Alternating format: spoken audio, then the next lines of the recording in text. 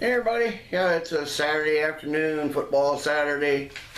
Been watching some Big Ten games and switching back and forth to other games. And anyway, today I'm going to do a new one from Boulevard in their Smokestack series.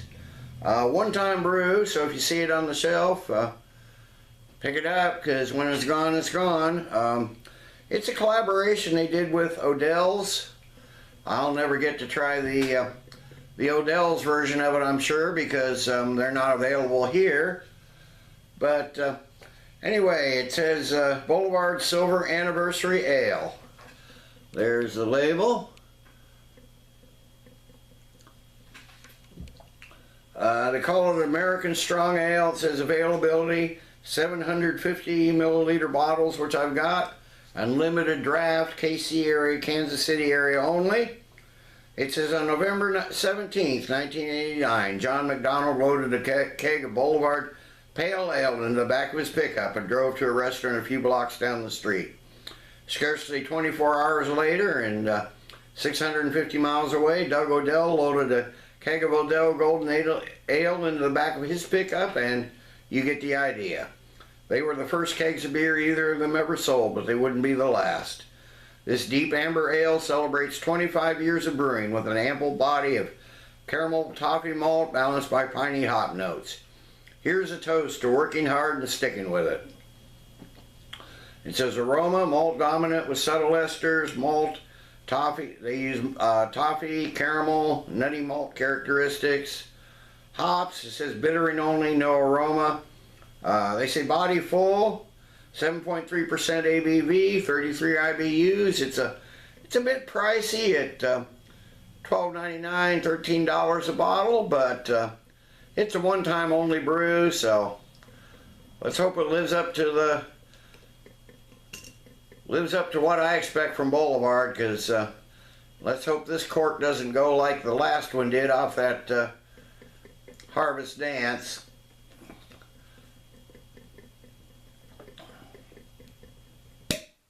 Nice pop. Oh, ton of smoke. Oh, still smoke pouring out of there. Let's get it in my Boulevard Smokestack Series glass and see what we have. I bought 2 bottles. Got one for later, but so I haven't tried it yet. This is my first taste of it, so. Wow, that's a nice kind of a hazy amber, a bunch of carbonation, a lot of small bubbles streaming up. Got a couple fingers of a slightly off-white head. Mostly small bubbles. Looks like it's going to stick around a little bit. Might leave some lacing. But really pretty looking beer. Like I said, a ton of carbonation streaming up. So I imagine that head's not going to go away for a while. So let's get a nose on it. Oh yeah, you're getting that, definitely getting the caramel right up front. Notes of toffee, like some, almost like some rye bread or wheat bread toasted. Some vanilla notes. Maybe just a hint of coffee or chocolate. There's some herbal notes in there, way back in the background, maybe even a bit of clove. But it's primarily the strong malts, the bready notes, the might be just a hint of some citrusy hops mixed in there, but not very much. But those caramel malts and toffee and the bready notes are the strong aromas on this, so let's get a taste.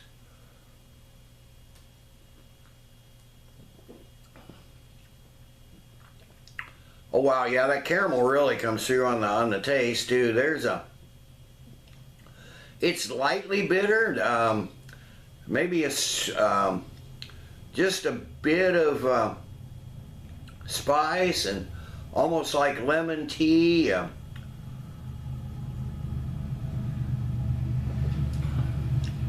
There's some real subtle pine notes in there too. Might even be like some oranges and apples and lemon, but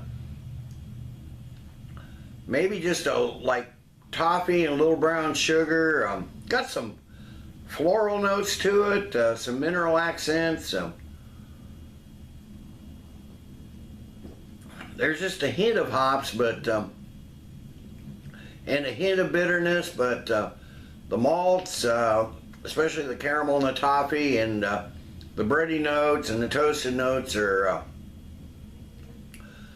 a lot stronger. That's for sure. They're right in the forefront. It's a malty beer. Alcohol for 7.3% is not really noticeable at all. It finishes fairly dry and balanced. They said full-bodied on the website there. I think it's more of a smooth, slightly tacky, medium-bodied beer, but with that carbonation streaming up, and there's still a ton of carbonation in there. It finishes fairly clean for such a malty beer, but really nice tasting beer. So let me sit, and I will sit and sip on this a while, and I'll come back in a while with the final thoughts and grade.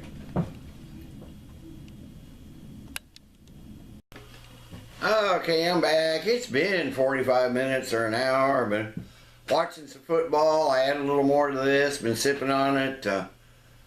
This is a good beer. I'm not sure it's up to the standards of most of the Boulevard smokestack beers, but still, it's still a good solid beer. It almost, to me, more resembles like a high ABV ESB, English style ESB. That maltiness and the light bitterness on the finish. I'm not sure you could call it an American strong ale, but that's what they called it, so that's what I'm going to grade it as. It's, the history, the story behind these two breweries is probably the best part about this beer. I've never had an Odell beer. I've heard great things about them. I know I'll never get to taste their version of this, but I don't know.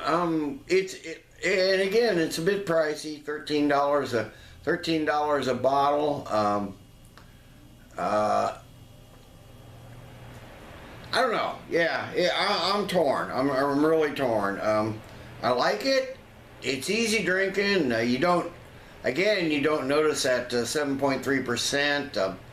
As it's warmed up, the malts have come out a lot more. That slight hop bitterness on the finish is coming out a little bit more, but I'm not sure I'd consider it an American strong ale, but it's still a darn good beer.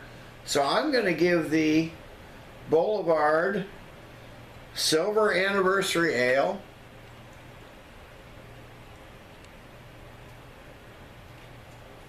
uh, 1989 to 2014. I'm going to give the Boulevard's Silver Anniversary Ale, I'm going to give it an 8.5 out of 10. Decent drinkable beer.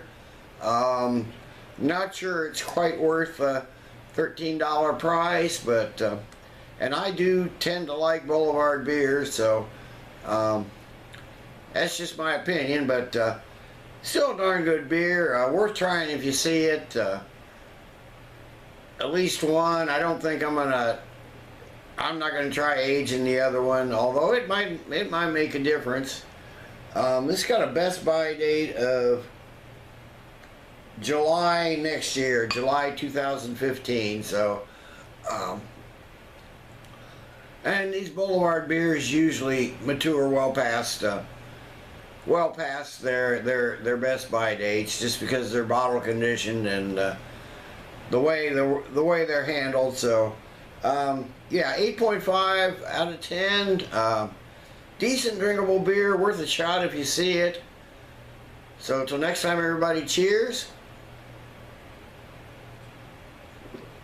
Let's keep drinking good beers.